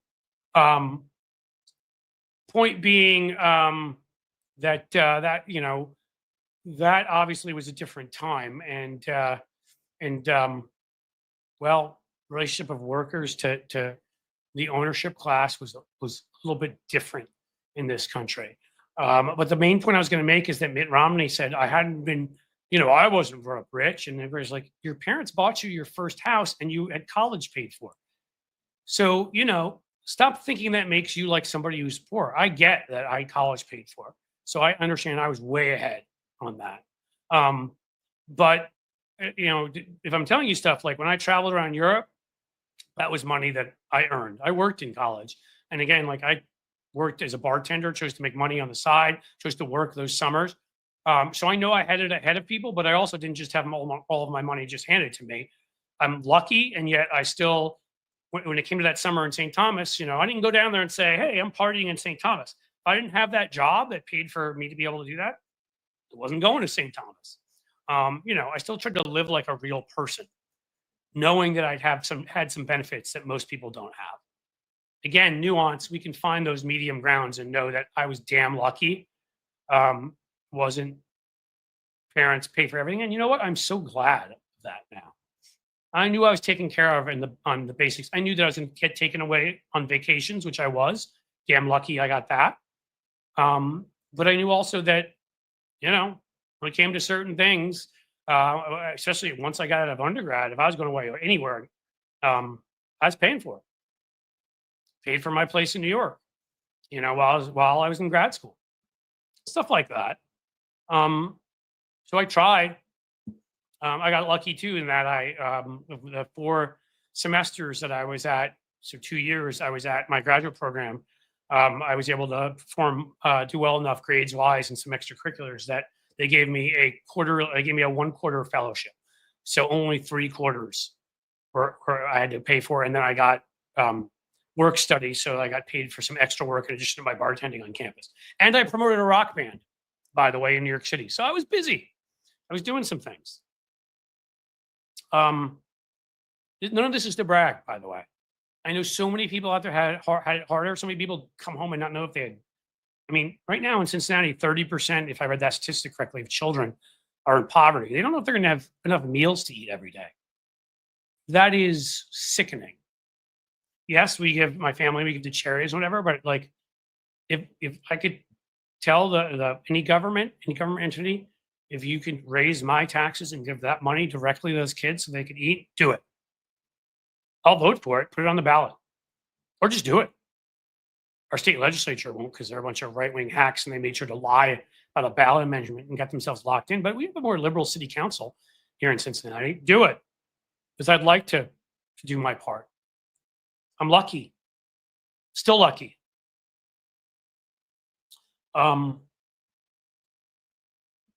Sorry, I went a little bit of a speech there, so I don't know if I don't know if I answered questions.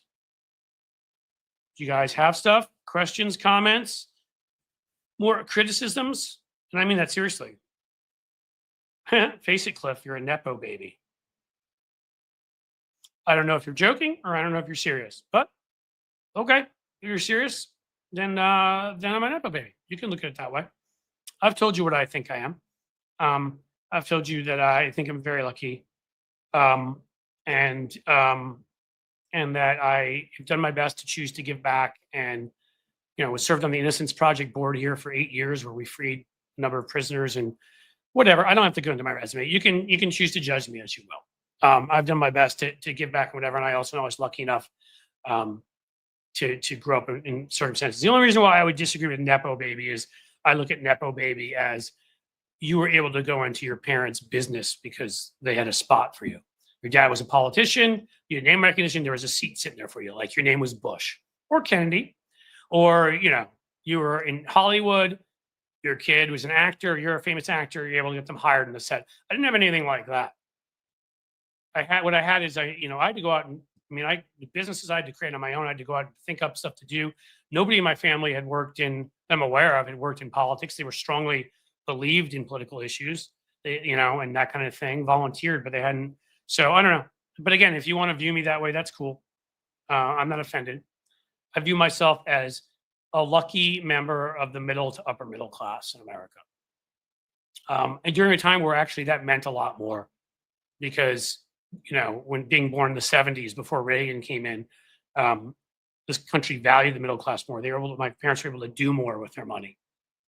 And yes, I had a grandfather who was wealthy and filled in holes. So that's me.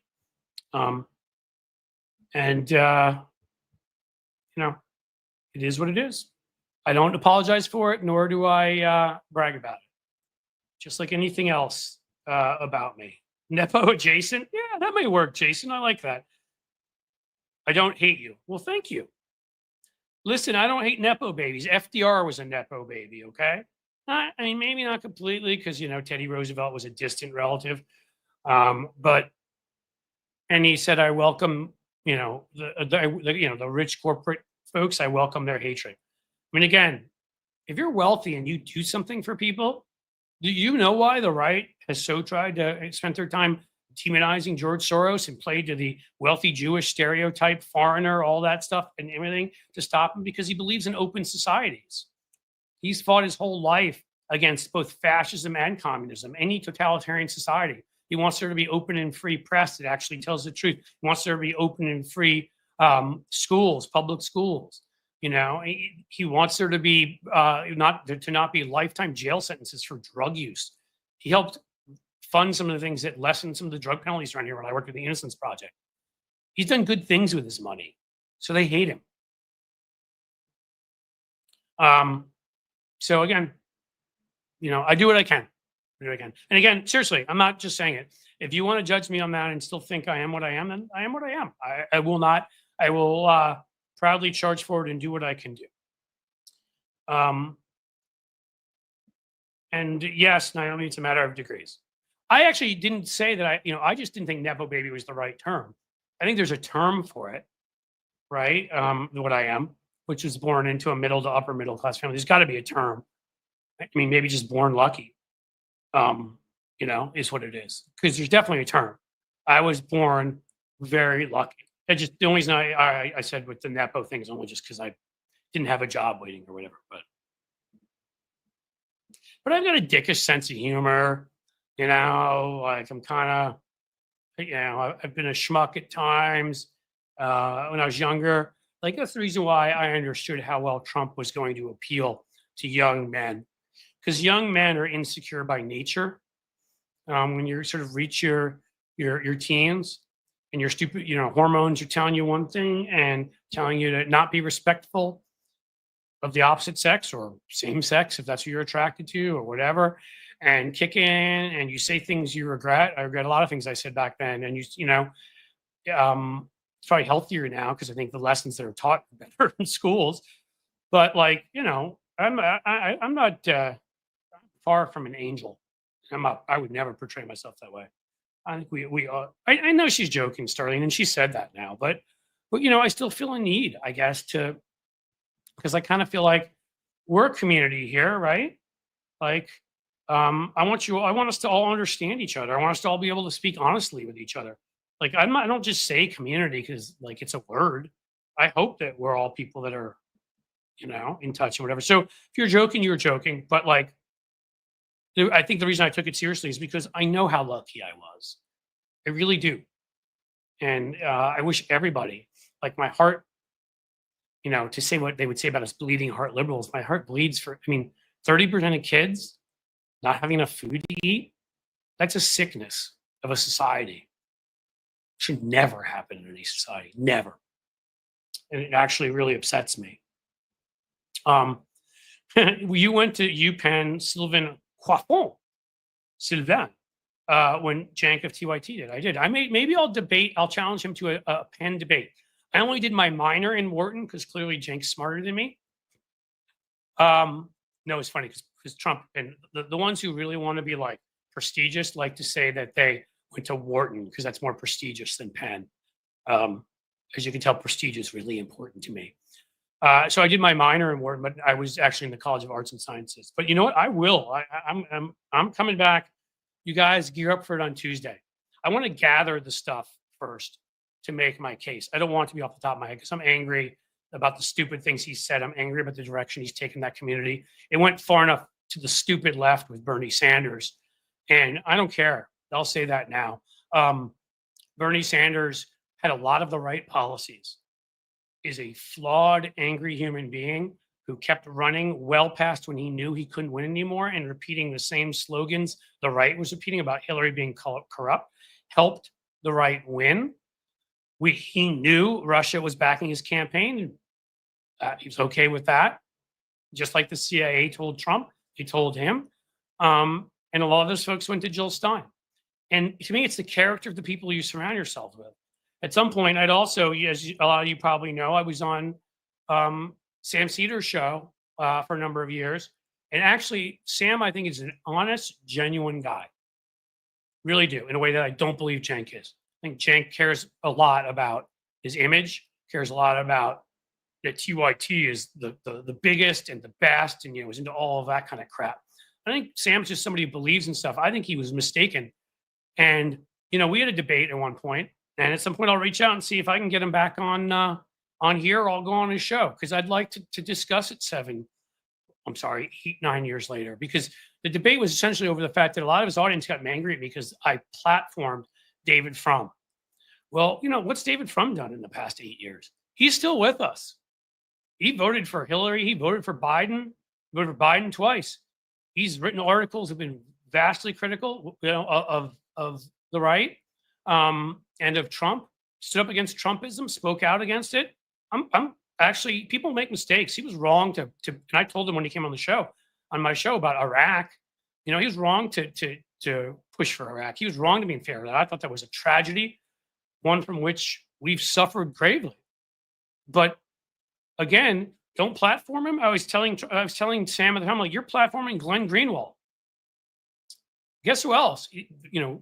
Sam's the Majority Report was part of the TYT network. Now they're fighting with each other. Sam and Cenk are going at it. Who else who used to go on Sam's show and was part of the TYT network? Jimmy Dore, also a Bernie Sanders supporter.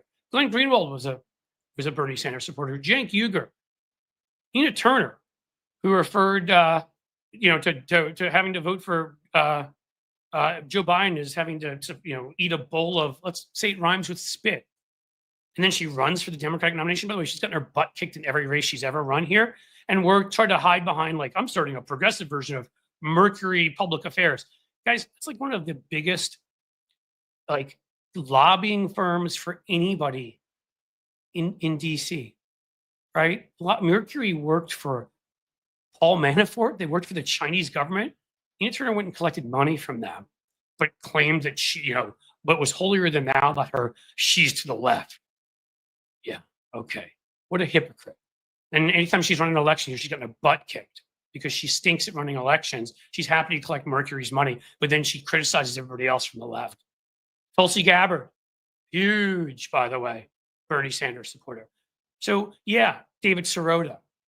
So maybe there's a reason I question the character of the people Bernie had around him, and even his character when it was people like Cenk Uygur, Jimmy Dore, Glenn Greenwald, Nina Turner, Tulsi Gabbard. Is that enough of a rogues gallery for all of you? Just thought I'd point that out. That's why I never supported him. And then his audience turned on me and said I lied about him when all I did was tell the truth about his gun and immigration record, which were terrible on 2 issues that were important to me. But I said the main issue was character, and I was supporting Hillary. And I also thought he was a terrible candidate. And I thought, frankly, who the hell at any age, even though I was dumb when I was younger, as I said, decides to spend their honeymoon in the Soviet Union that mass murdered people? So I had all of that to say, and I stand by all of that today. And you know what? Like, Sam ever wants to have that talk again, we want to compare David Frum to the people he's having on his show, happy to do it. But I'll put my record of who I had on the show and how they've turned out. They're all still fighting. And I pointed out those guys wrote, Timothy Snyder has said this, and the two that write about democracy and protecting democracy and wrote How Democracies Die, Zyblatt and Levitsky, I never remember their first names, made an important point, which is you studied history, and I did up to the PhD level, never wrote my dissertation. Sorry, Mom. Explained, which is anybody who wants to start stop an authoritarian force, you need all the allies you can get. You should be willing to side with, if it's on the far right, you should be willing to side with anybody who is for free and fair elections all the way over almost to the communist left. And if it's somebody who's a Stalinist type from the far left, they all become the same at the horseshoe anyhow. You should be willing to side with anybody over to even a very conservative person if they believe in free and fair elections and are willing to support the candidate who you're supporting, who's not the far Stalinist communist, right? That's how you stop these guys. And that's why somebody like David Frum, who apologized for what they had done and embraced good, I thought, why would you not have somebody like that at your show? And why would you be criticizing me for it when you're still having some of these characters that are criticizing the hell out of Hillary all the time, just making it harder during the general election? And wow, what a shock that half of them two-thirds of them ended up on the right. And the ones who still don't claim to be on the right, Nina Turner and Cenk, are just spending their time hobnobbing with the right and insulting the left. And maybe they'll make their way over there. Who knows? There's still plenty of time. So, again, it'll be what it'll be. But I debate, I used to do those debates. If you've seen me up against Cleta Mitchell or other people, I'll go on the Young Turks debate Cenk anytime he wants. Or any other place, here, whatever, in the middle of the street. And I'll take on his character because I think he's shown he has none. Sam Cedar I'll debate anytime, but the important distinction is Sam, I will say, I think has a lot of character and I think is a good person. I just think was wrong. I think made a mistake and was wrong. And I will debate him anytime, and I won't debate him on character because I think he has it. I will debate him on any issues he wants to debate on, about my having David Frum on and his having Jimmy Dore and Glenn Greenwald on and being part of the TYT network and all of that. Who made the better call? So there you go. Yeah, questioning Hillary for 12 hours during the Benghazi debate. Do you understand how that's Matthew Tarpley? Do you understand what that did to us? I mean, they were testing us. Al Qaeda, ISIS, various forms of those radicalized right wing, Muslim, Nazi form of Muslims, just like Nazi form of Christians. On the far right of any religion, you've got them on the far right of the insane Bibi Netanyahu Jews and whatever. And they were testing us in all sorts of various places. And Benghazi, you know, after 9/11, you know, whatever, was just another one of those places we were being tested. And if you know what happened there and you've studied it, you know it was a horrific tragedy. It was one where we screwed up, and we had a CIA base there. We didn't get to the ambassador to save him in time. We lost an ambassador. That's happened in hostile areas. We've lost people in hostile areas. And they politicized it, the sons of bitches, like they politicize foreign policy all the time, like they did the Middle East to win, like Reagan did in Iran to win, like Nixon did in Vietnam to win. All right. They politicized Benghazi to hurt Hillary. Instead of, if we'd actually studied it, just like we actually studied 9/11, instead of a lot of the 9/11 Commission just being what Bush and Cheney wanted it to be, so that they wouldn't get in trouble for ignoring repeated warnings, you know, mushroom cloud and all of that. I mean, this is the most obvious thing in the world if you looked at it and you knew the history and you knew that there had been some of these terrorists that had hijacked a plane earlier than that in North Africa, and their plan was to fly it into the Eiffel Tower. They weren't the first ones to come up with this. A guy had done it, you know, who was angry at the IRS, had flown it into a building in Austin, Texas, a small plane. Like, these things have happened. What's his name? The writer thought of it for one of his books. I can't think of him right now. You know what I'm talking about. The Jack Ryan character. I mean, one of his books is a Japanese pilot crashing a plane into the Capitol. Like, come on.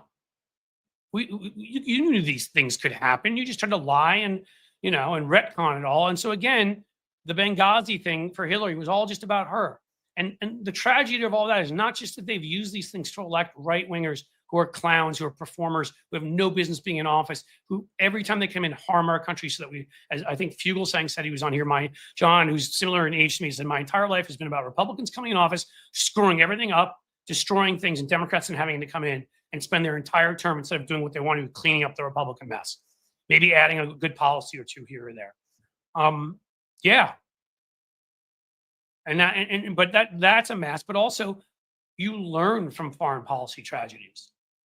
They've been trying to impeach Bill Clinton in '98 because they couldn't beat him at the ballot box. Maybe our intelligence forces and others who were seeing all of these signs of what was to come on 9/11, maybe would have been able to pay better attention. Certainly no Al Gore would have been paying more attention than George Bush. Could he have stopped it? Don't know. But he would have been trying more. He was more engaged in foreign policy. He wasn't just clearing brush on the old ranch. That Yankee had his mind. Bald Thanos. What are you willing to pay for it, dude? Make me an offer.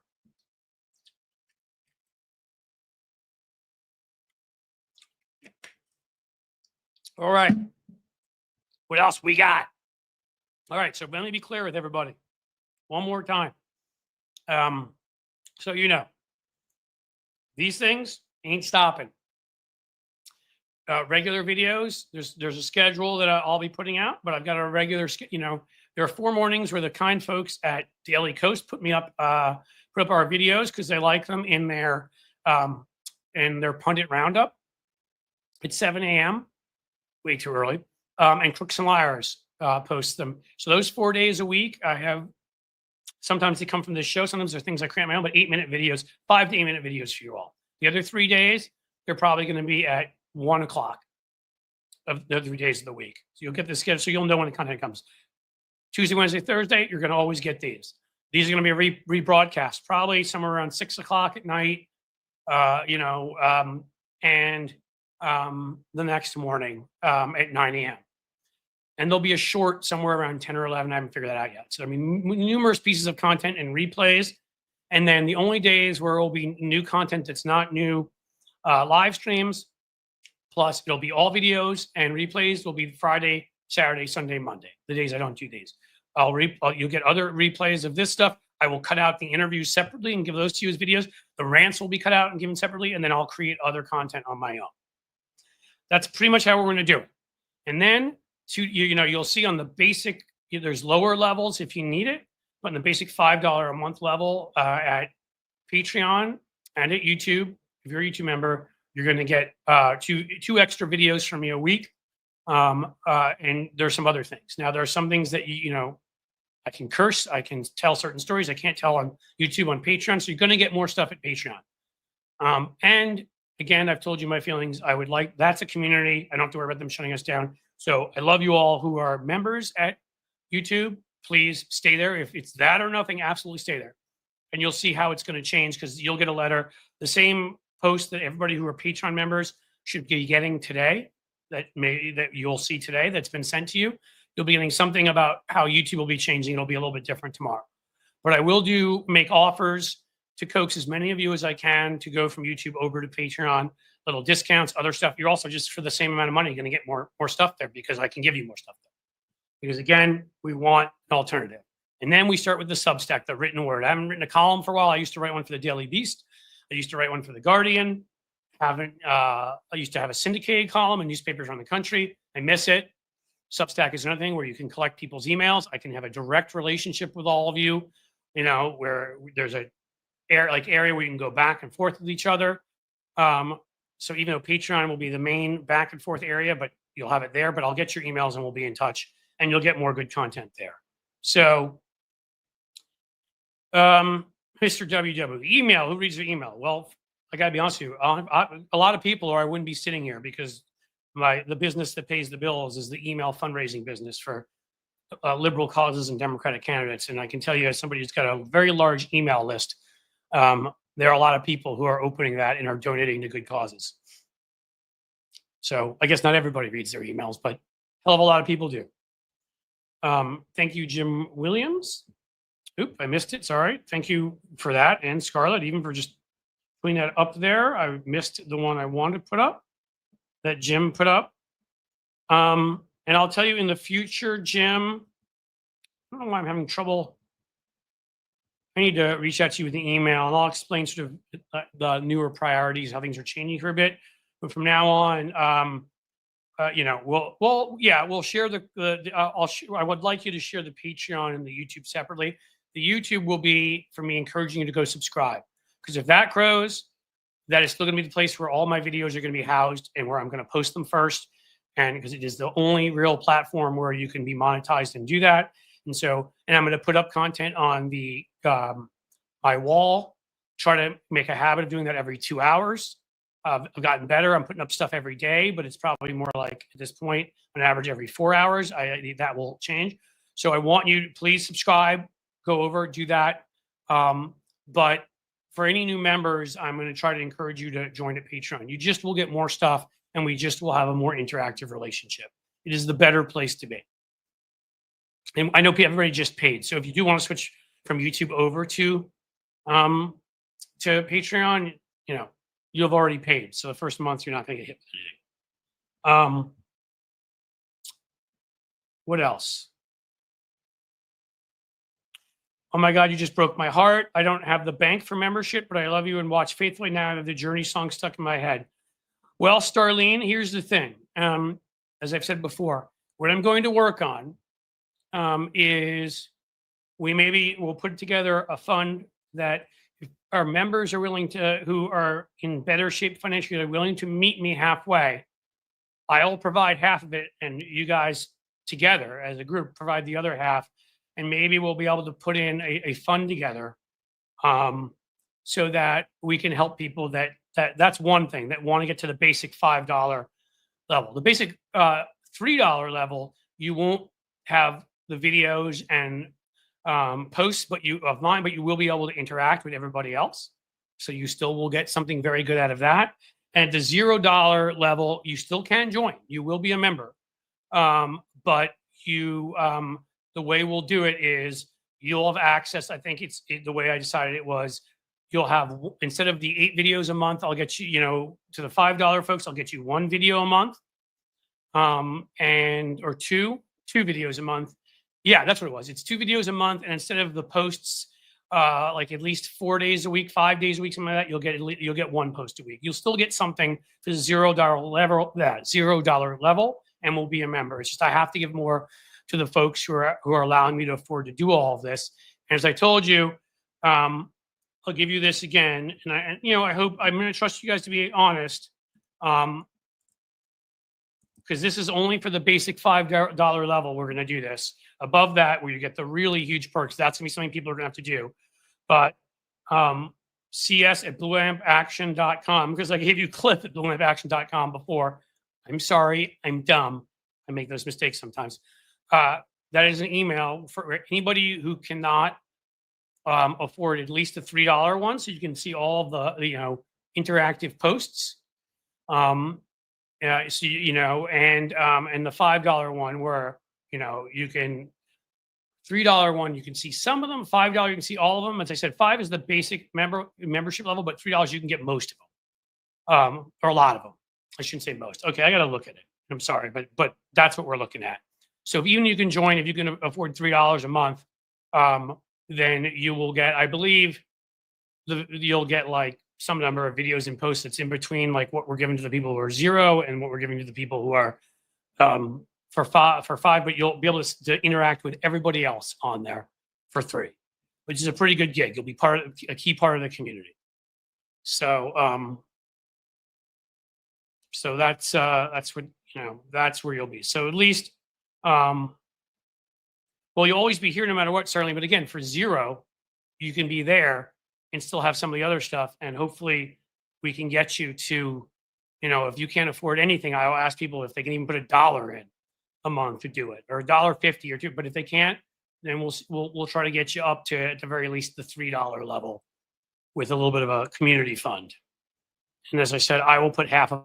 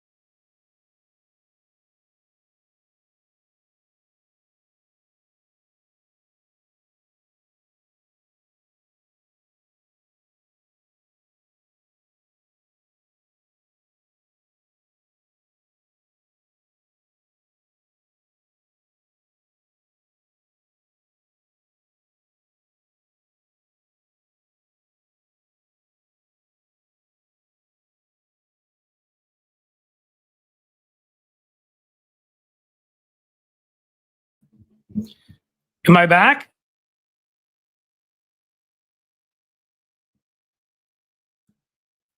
Have I made it back, folks? Am I here?